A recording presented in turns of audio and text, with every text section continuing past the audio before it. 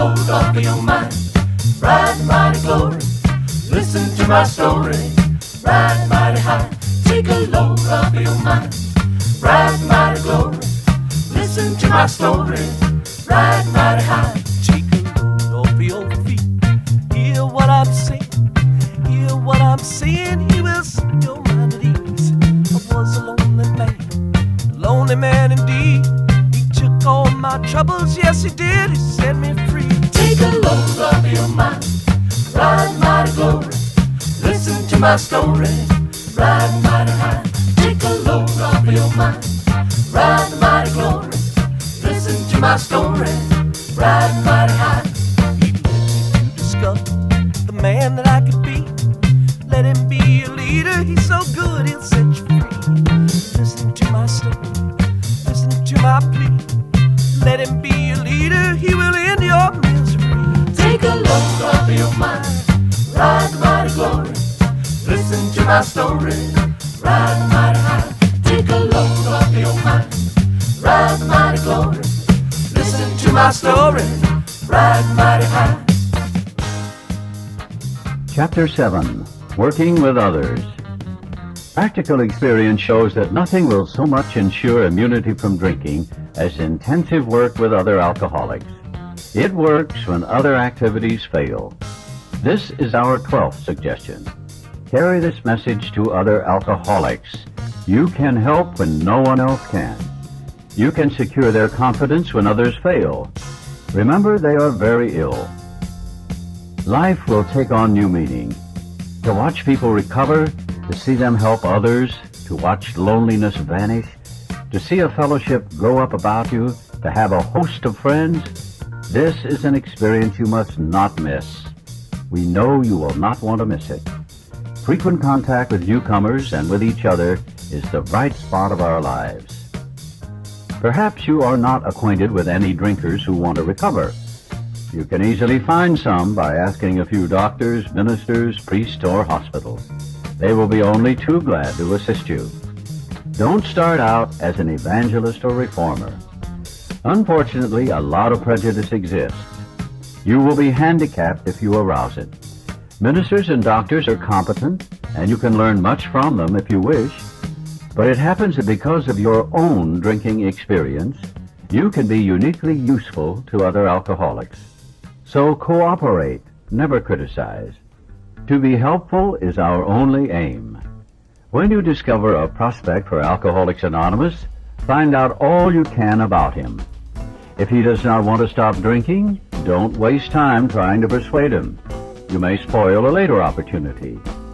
This advice is given for his family also. They should be patient, realizing they are dealing with a sick person. If there is any indication that he wants to stop, have a good talk with the person most interested in him, usually his wife. Get an idea of his behavior, his problems, his background, the seriousness of his condition, and his religious leanings. You need this information to put yourself in his place, to see how you would like him to approach you if the tables were turned. Sometimes it is wise to wait till he goes on a binge. The family may object to this, but unless he is in a dangerous physical condition, it is better to risk it. Don't deal with him when he is very drunk, unless he is ugly and the family needs your help. Wait for the end of the spree, or at least for a lucid interval.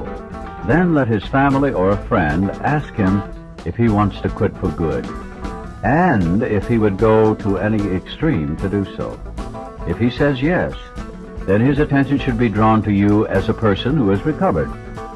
You should be described to him as one of a fellowship who, as part of their own recovery, try to help others, and who will be glad to talk to him if he cares to see you.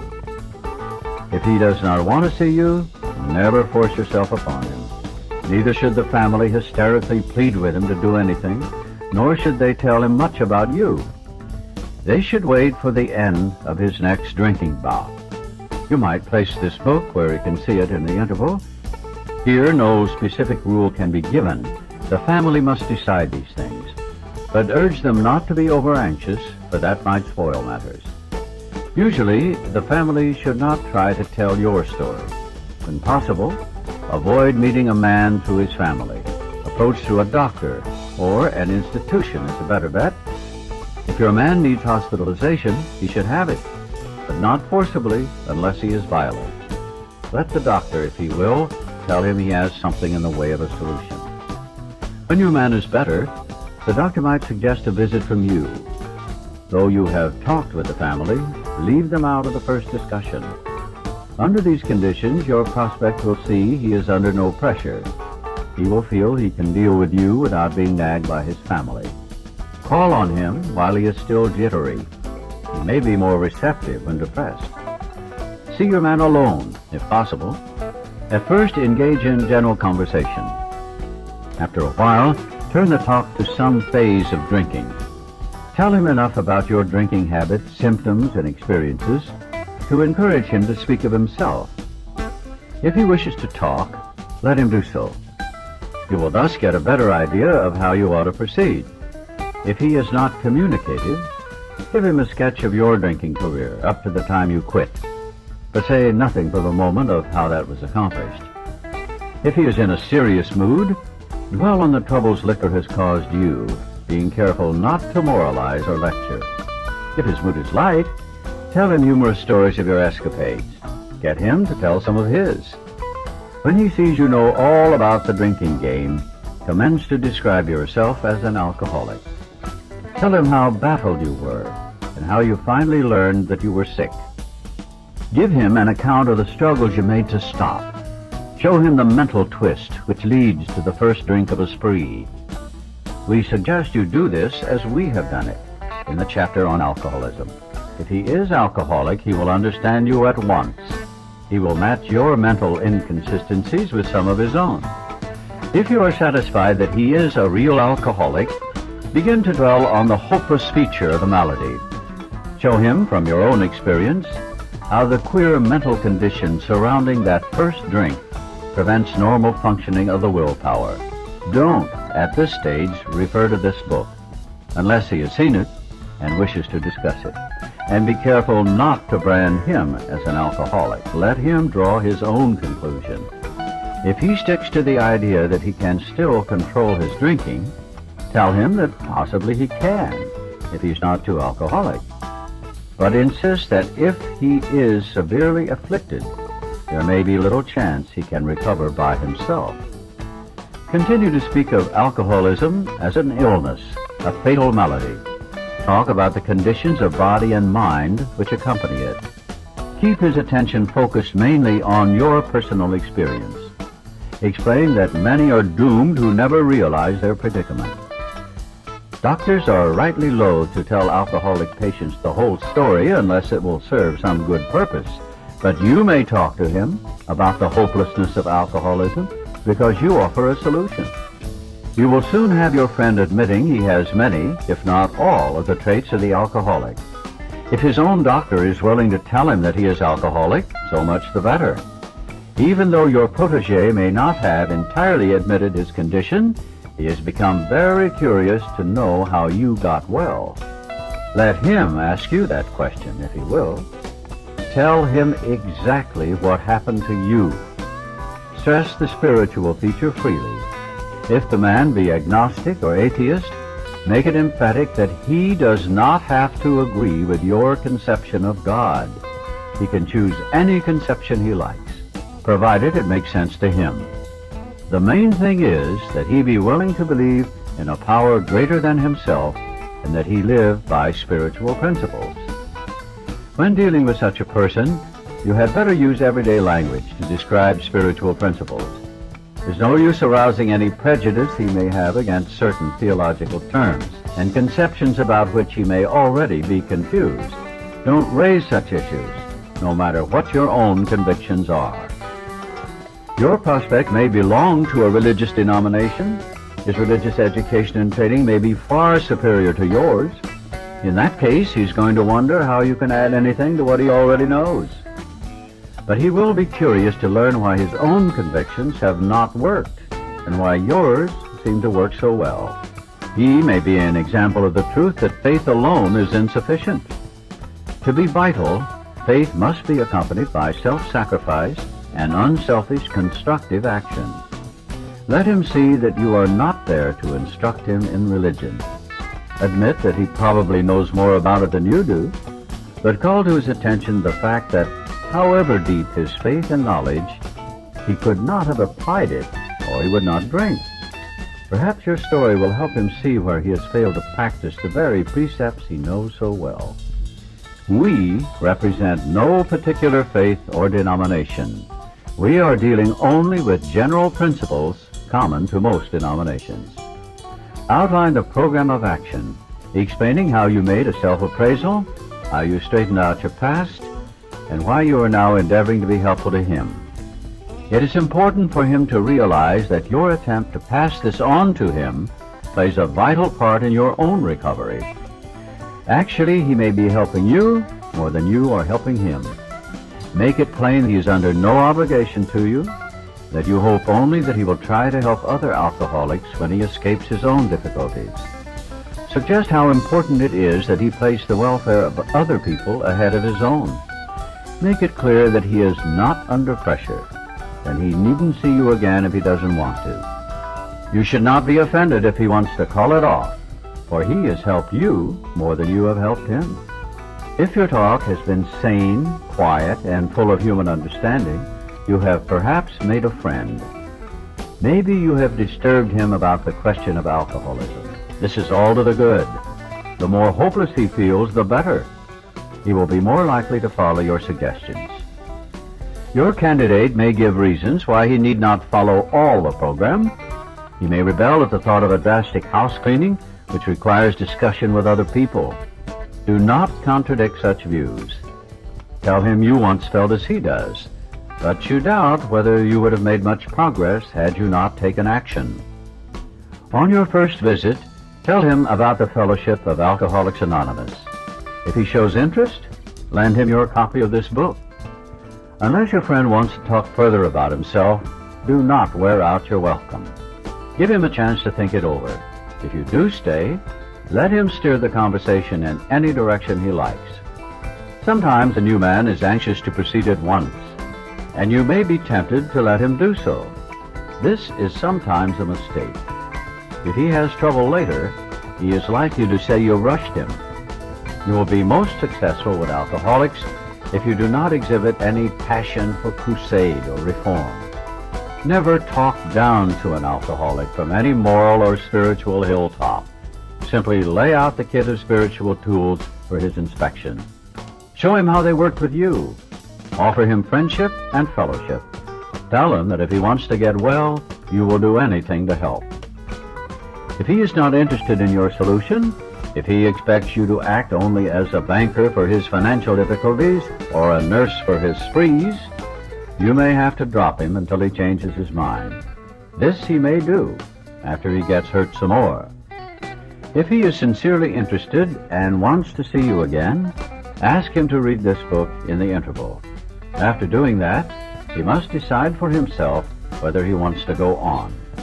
He should not be pushed or prodded by you, his wife, or his friends. If he is to find God, the desire must come from within.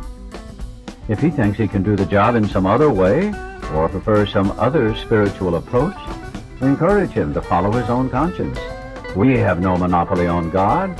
We merely have an approach that worked with us. But point out that we alcoholics have much in common, and that you would like, in any case, to be friendly. Let it go at that. Do not be discouraged if your prospect does not respond at once. Search out another alcoholic and try again. You are sure to find someone desperate enough to accept with eagerness what you offer. We find it a waste of time to keep chasing a man who cannot or will not work with you. If you leave such a person alone, you may soon become convinced that he cannot recover by himself. To spend too much time on any one situation is to deny some other alcoholic an opportunity to live and be happy. One of our fellowship failed entirely with his first half-dozen prospects. He often says that if he had continued to work on them, he might have deprived many others who have since recovered of their chance. Suppose now you are making your second visit to a man. He has read this volume and says he is prepared to go through with the 12 steps of the program of recovery. Having had the experience yourself, you can give him much practical advice. Let him know you are available if he wishes to make a decision and tell his story, but do not insist upon it if he prefers to consult someone else. He may be broke and homeless. If he is, you might try to help him about getting a job or give him a little financial assistance, but you should not deprive your family or creditors of money they should have. Perhaps you will want to take the man into your home for a few days, but be sure you use discretion. Be certain he will be welcomed by your family and that he is not trying to impose upon you for money, connections, or shelter. Permit that, and you only harm him. You will be making it possible for him to be insincere. You may be aiding in his destruction rather than his recovery. Never avoid these responsibilities, but be sure that you're doing the right thing if you assume them. Helping others is the foundation stone of your recovery. A kindly act once in a while isn't enough. You have to act the Good Samaritan every day if need be. It may mean the loss of many nights' sleep, great interference with your pleasures, interruptions to your business. It may mean sharing your money and your home, counseling frantic wives and relatives, innumerable trips to police courts, sanitariums, hospitals, jails, and asylums. Your telephone may jangle at any time of the day or night. Your wife may sometimes say she is neglected. A drunk may smash the furniture in your home or burn a mattress. You may have to fight with him if he's violent. Sometimes you will have to call a doctor and administer sedatives under his direction. Another time you may have to send for the police or an ambulance. Occasionally, you will have to meet such conditions. We seldom allow an alcoholic to live in our homes for long at a time. It is not good for him, and it sometimes creates serious complications in a family. Though an alcoholic does not respond, there is no reason why you should neglect his family. You should continue to be friendly to them. The family should be offered your way of life. Should they accept and practice spiritual principles, there is a much better chance that the head of the family will recover. And even though he continues to drink, the family will find life more bearable. For the type of alcoholic who is able and willing to get well, little charity in the ordinary sense of the word is needed or wanted. The men who cry for money and shelter before conquering alcohol are on the wrong track. Yet we do go to great extremes to provide each other with these very things when such action is warranted. This may seem inconsistent, but we think it is not. It is not the matter of giving that is in question, but when and how to give. That often makes the difference between failure and success.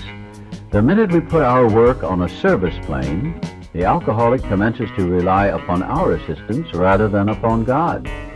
He clamors for this or that, claiming he cannot master alcohol until his material needs are cared for. Nonsense.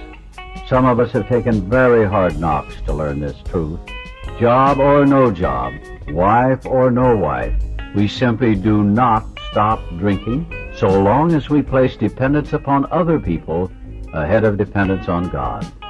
Burn the idea into the consciousness of every man that he can get well regardless of anyone.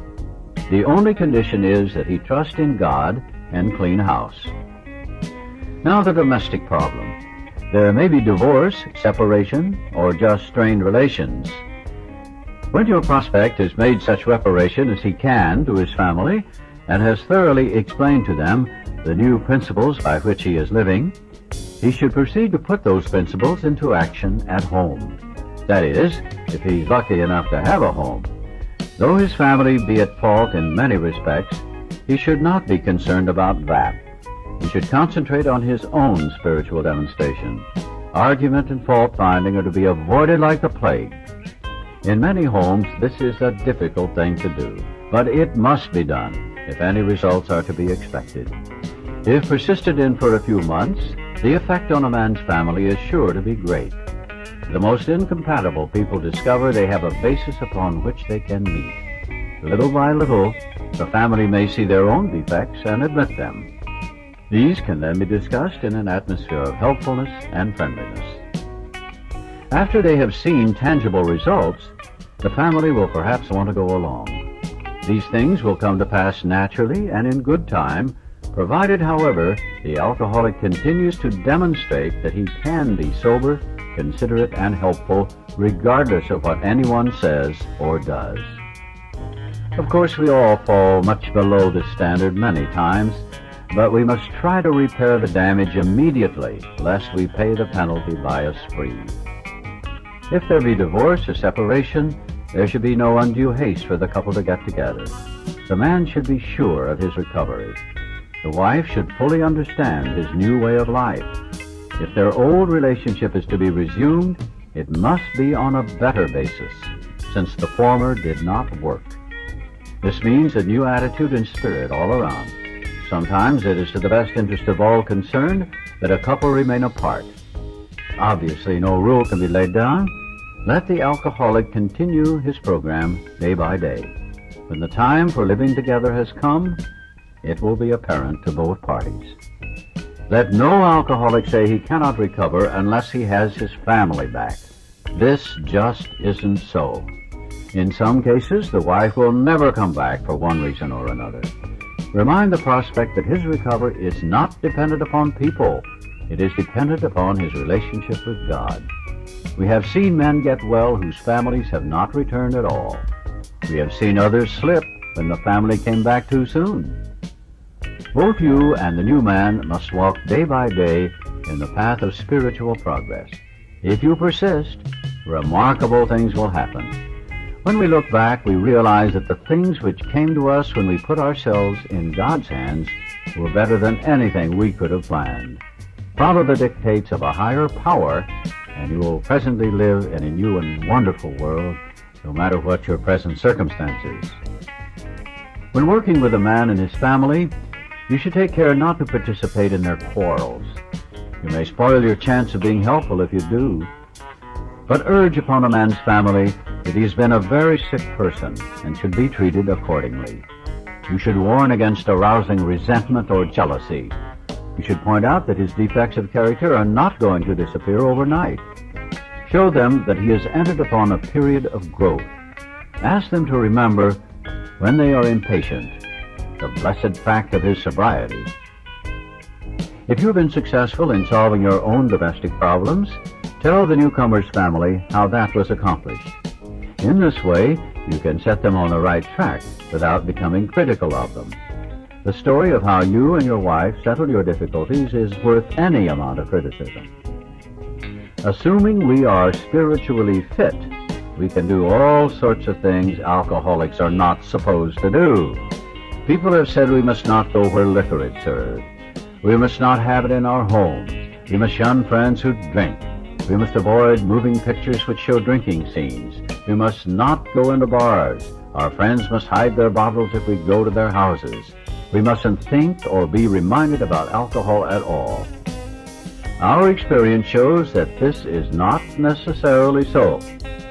We meet these conditions every day. An alcoholic who cannot meet them still has an alcoholic mind. There is something the matter with his spiritual status. His only chance for sobriety would be someplace like the Greenland ice cap, and even there an Eskimo might turn up with a bottle of scotch and ruin everything. Ask any woman who has sent her husband to distant places on the theory he would escape the alcohol problem. In our belief, any scheme of combating alcoholism which proposes to shield the sick man from temptation is doomed to failure. If the alcoholic tries to shield himself, he may succeed for a time, but he usually winds up with a bigger explosion than ever. We have tried these methods. These attempts to do the impossible have always failed. So, our rule is not to avoid a place where there is drinking if we have a legitimate reason for being there. That includes bars, nightclubs, dances, receptions, weddings, even plain ordinary whoopee parties. To a person who has had experience with an alcoholic, this may seem like tempting providence, but it isn't. You will note that we made an important qualification. Therefore, ask yourself on each occasion, Have I any good social, business, or personal reasons for going to this place? Or am I expecting to steal a little vicarious pleasure from the atmosphere of such places? If you answer these questions satisfactorily, you need have no apprehension. Go or stay away, whichever seems best. But be sure you are on solid spiritual ground before you start, and that your motive in going is thoroughly good. Do not think of what you will get out of the occasion. Think of what you can bring to it. But if you are shaky, you'd better work with another alcoholic instead. Why sit with a long face in places where there is drinking, sighing about the good old days? If it is a happy occasion, try to increase the pleasure of those there. If a business occasion, go and attend to your business enthusiastically. If you are with a person who wants to eat in a bar, by all means go along. Let your friends know they are not to change their habits on your account. At a proper time and place, explain to all your friends why alcohol disagrees with you. If you do this thoroughly, few people will ask you to drink. While you were drinking, you were withdrawing from life little by little. Now you are getting back into the social life of this world. Don't start to withdraw again just because your friends drink liquor. Your job now is to be at the place where you may be of maximum helpfulness to others. So never hesitate to go anywhere if you can be helpful. You should not hesitate to visit the most sordid spot on earth on such an errand. Keep on the firing line of life with these motives, and God will keep you unharmed. Many of us keep liquor in our homes. We often need it to carry green recruits through a severe hangover. Some of us still serve it to our friends, provided they are not alcoholic. But some of us think we should not serve liquor to anyone. We never argue this question.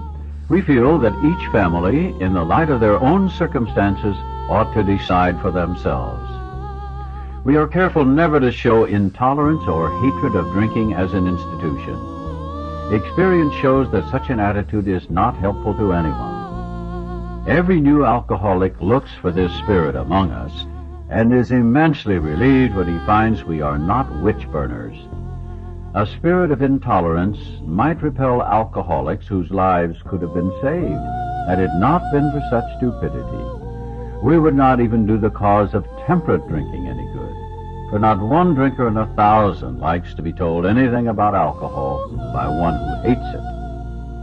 Someday, we hope that Alcoholics Anonymous will help the public to a better realization of the gravity of the alcoholic problem. But we shall be of little use if our attitude is one of bitterness or hostility. Drinkers will not stand for it. After all, our problems were of our own making. Bottles were only a symbol. Besides, we have stopped fighting anybody or anything. We have to.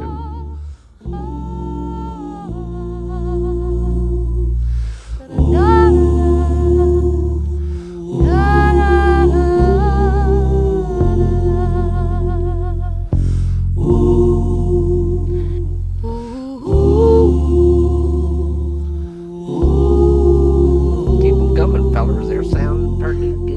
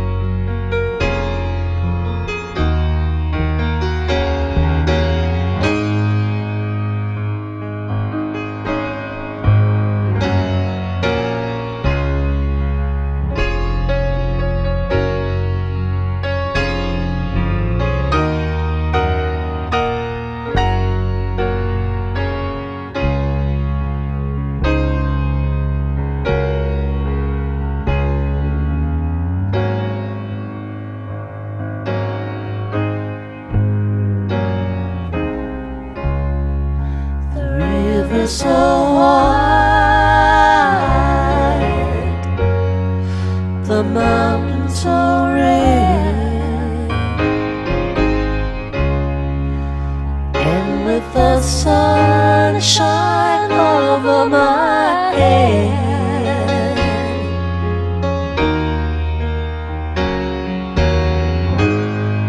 The honky-tonks are all closed and hushed.